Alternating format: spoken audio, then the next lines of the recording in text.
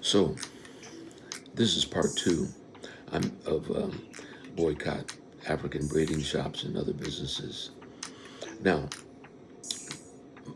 my name is Pastor Lockhart, MDiv, and I'm president of Our Gold Village. You need to see part one before you go to part two. Now, to tell you about myself, I lived with an African for a year in high school. And this came about because a West African exchange student was sponsored by my parents, Pastor Elder and Mother Lockhart, at my request as a senior in high school. Before they died, I asked my father and mother if they had ever heard from the West African exchange student after he left our house after a year. They said no. And my father, he died 50 years ago, and my mother died 30 years ago. A few of us, Black Americans at that time in high school, learned Swahili from a couple of Black nationalist elders. And we wore dashikis. We were some of the first to wear dashikis back in those days, like 50 years ago. And hundreds were the first to wear afros in the 70s.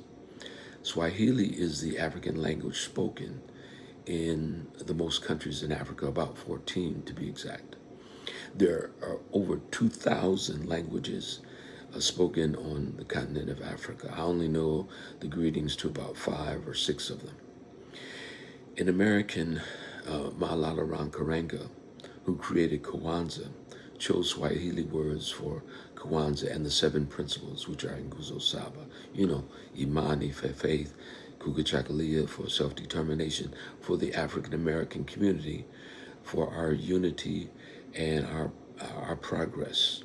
And it doesn't conflict with Christianity or Islam or any other religious beliefs. It's basically a cultural thing, and it doesn't interfere with Christmas or anything like that. And I met Malala Rankaranga. When I was 17, I actually went out there, and Imam Halisi was in charge because Malala Rankaranga wasn't available. And I was a young Christian minister, and I wanted to, I believed that I could do both. And the bishop, Wyoming Wells, told me that there was nothing wrong with marrying my culture with my religion, as people often do. I was the president of 300 Black students in a high school with 1,500 white students. And annually, there were physical fights, protests, and things like that in those years, those days. So when you hear about African Americans having to fight, that's what was happening then. Fight for our rights, that's what was happening. I visited 9 countries and lived in Ghana and a longer period of time in another Black country in the Caribbean. This is probably how this boycott came about. This is what I can glean. This is how it came about to a head. It came to a head with African businesses altogether. I ascertained that focus on the treatment of African businesses came to a climax with cultural perceived betrayal of Essence, the Essence Fest. The Essence Fest collaboration with Target as a sponsor left the FBA, or Foundation of Black Americans, or the Black community, however you want to say it, feeling betrayed after we had been boycotting Target for months. The Essence Fest seemed out of touch with the concerns of the Black and insensitive to the concerns of the Black community by allowing Target to be a sponsor.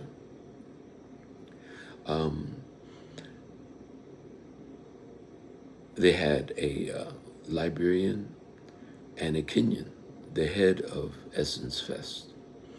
The Kenyan is a former employee of Target's. Once again, our African brothers and sisters, just like they did to our ancestors, collaborated with the Europeans or outsiders and sold our ancestors into slavery. The long Black Lives Matter protests, battles over George Floyd murder, that murder in Minnesota, won the black community, the African American community, business community, concessions from a multi-billion-dollar company to raise our level of businesses to another level. But they betrayed us. Then new African Essence owners partnered with them and did not contribute to the protests, diluting foundational Black American or Black American culture, i.e. food, was not a smart move. That is an African competition, jollof rice from Ghana versus jollof rice from Nigeria.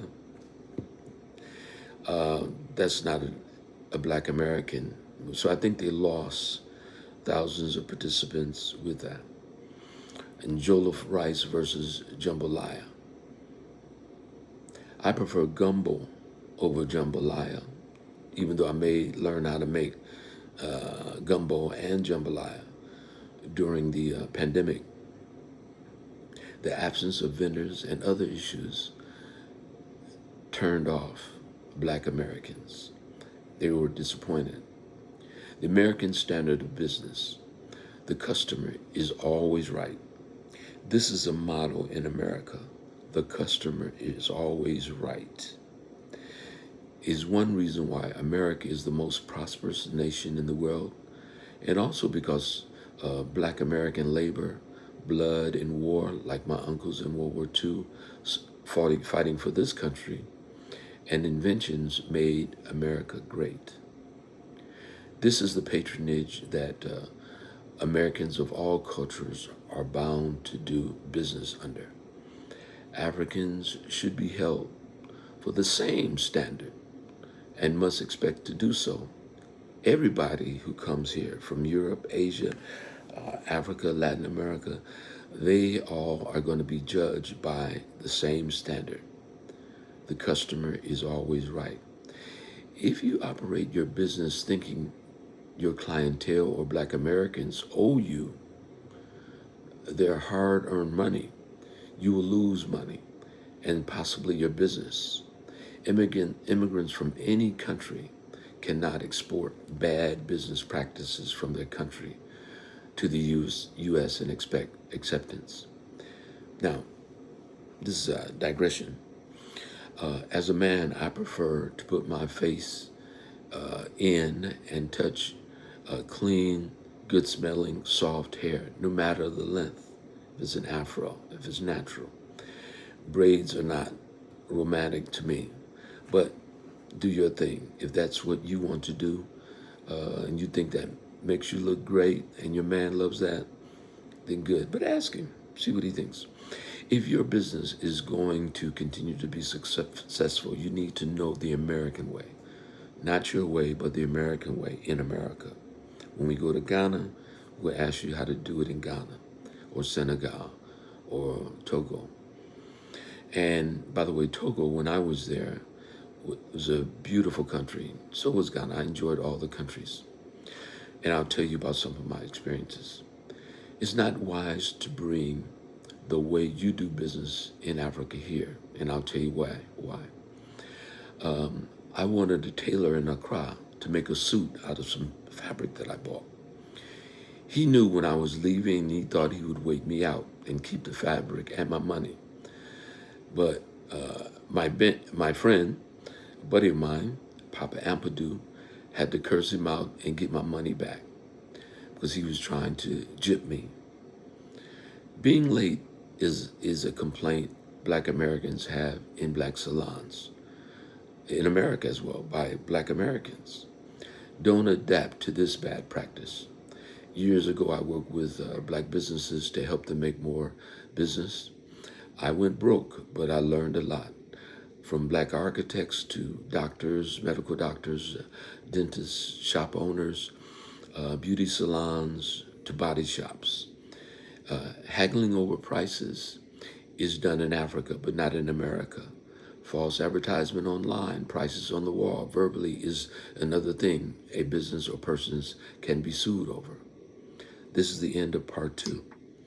We welcome you to part 3 in the next video. Thank you. God bless.